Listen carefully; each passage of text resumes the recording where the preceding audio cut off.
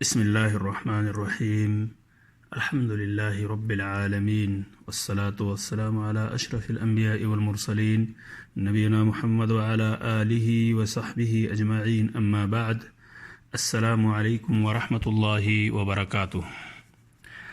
قابل احترام سامعین، اربعین نویہ کی 38ویں حدیث اور اس حدیث کا ترجمہ اور اس سے مستنبط فوائد و احکام آج کے اس درس میں پیش کیے جا رہے ہیں۔ امید ہے کہ آپ بغور سماعت فرمائیں گے اور اس سے مستفید ہوں گے۔ عن ابی ہریرہ رضی اللہ عنہ قال قال رسول اللہ صلی اللہ علیہ وسلم ان اللہ تعالی قال من عاد لی ولیا فقد آذنته بالحرب وما تقرب إلي عبدي بشيء أحب إلي مما افترضته عليه ولا يزال عبدي يتقرب إلي بالنوافل حتى أحبه فإذا أحببته فكنت سمعه الذي يسمع به وبصره الذي يبصر به ويده التي يبطش بها ورجله التي يمشي بها وَلَئِنْ سَأَلَنِي لَأُعْتِيَنَّهُ وَلَئِنْ اسْتَعَاذَنِي لَأُعِيذَنَّهُ رواہ البخاری۔ اس حدیث کا ترجمہ سماعت فرمائیے۔ ابو ہریرہ رضی اللہ عنہ سے مروی ہے کہ رسول اکرم صلی اللہ علیہ وسلم نے ارشاد فرمایا، اللہ تعالیٰ کا فرمان ہے، جس شخص نے میرے کسی ولی سے دشمنی کی تو میں نے اس سے جنگ کا اعلان کر دیا ہے۔ میرا بندہ جن چیزوں سے مجھ سے قریب ہوتا ہے ان میں سب سے محبوب وہ چیزیں ہیں جو میں نے اس پر فرض قرار دی ہیں۔ پھر نوافل کے ذریعے میرا بندہ مجھ سے برابر قریب ہوتا جاتا ہے، یہاں تک کہ میں اس سے محبت کرنے لگتا ہوں، اور جب میں اس سے محبت کرنے لگتا ہوں تو اس کا کان بن جاتا ہوں جس سے وہ سنتا ہے، اس کی آنکھ بن جاتا ہوں جس سے وہ دیکھتا ہے، اس کا ہاتھ بن جاتا ہوں جس سے وہ پکڑتا ہے، اس کا پیر بن جاتا ہوں جس سے وہ چلتا ہے۔ اگر وہ مجھ سے مانگتا ہے تو میں اسے ضرور دیتا ہوں، اور اگر مجھ سے پناہ طلب کرتا ہے تو ضرور اسے اپنی پناہ میں لے لیتا ہوں۔ یہ روایت صحیح بخاری کے اندر موجود ہے۔ اس حدیث سے مستنبط چند فوائد و احکام بھی سماعت فرمائیے۔ اس حدیث سے معلوم ہوتا ہے کہ بعض بندے اللہ کے ولی ہوتے ہیں۔ قرآن کریم میں بھی اس کا ذکر موجود ہے۔ یقول اللہ عز وجل الا ان اولیاء اللہ لا خوف علیہم ولا هم يحزنون الذین آمنوا وكانوا يتقون، سورہ یونس آیت نمبر 62-63۔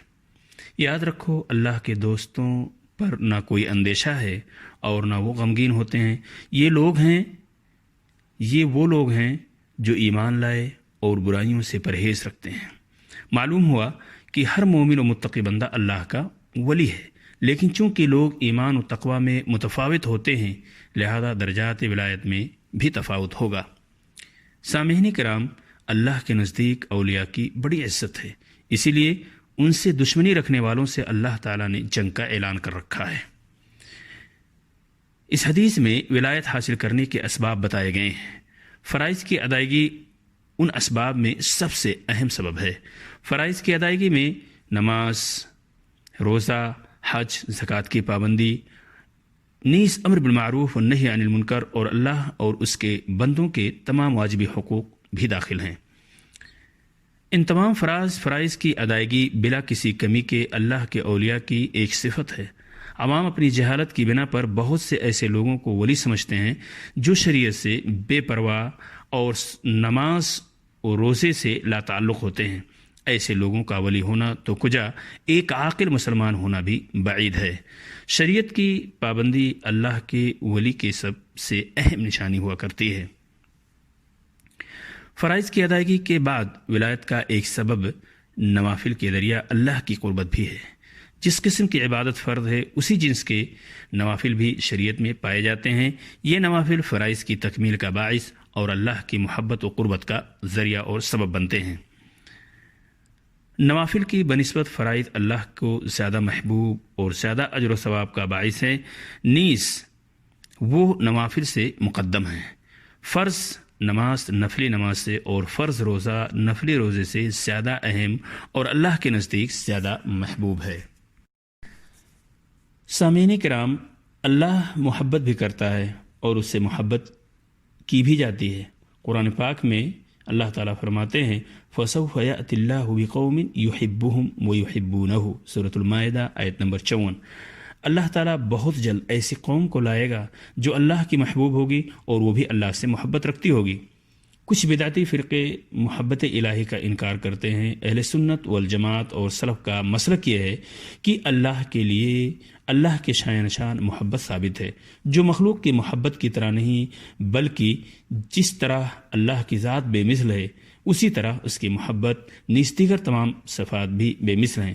اسی لیے اللہ تعالیٰ نے فرمایا لیس کمثلہ شیء وہو السمیع البصیر سورۃ الشورى آیت نمبر 11۔ اس جیسی کوئی چیز نہیں، وہ سننے والا اور دیکھنے والا ہے۔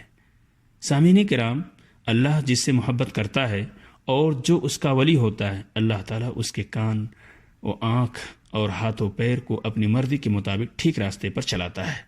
وہ وہی سنتے ہیں جس میں اللہ کی رضا، اور وہی دیکھتے ہیں جس میں اللہ کی رضا ہو، اور ہاتھ و پیر سے بھی وہی کام انجام دیتے ہیں جو اللہ کی خوشنودی کے مطابق وہ پابندی شریعت ہوتے ہیں، کیونکہ شریعت کی پابندی ہی سے اللہ کی رضا اور خوشنودی حاصل کی جا سکتی ہے۔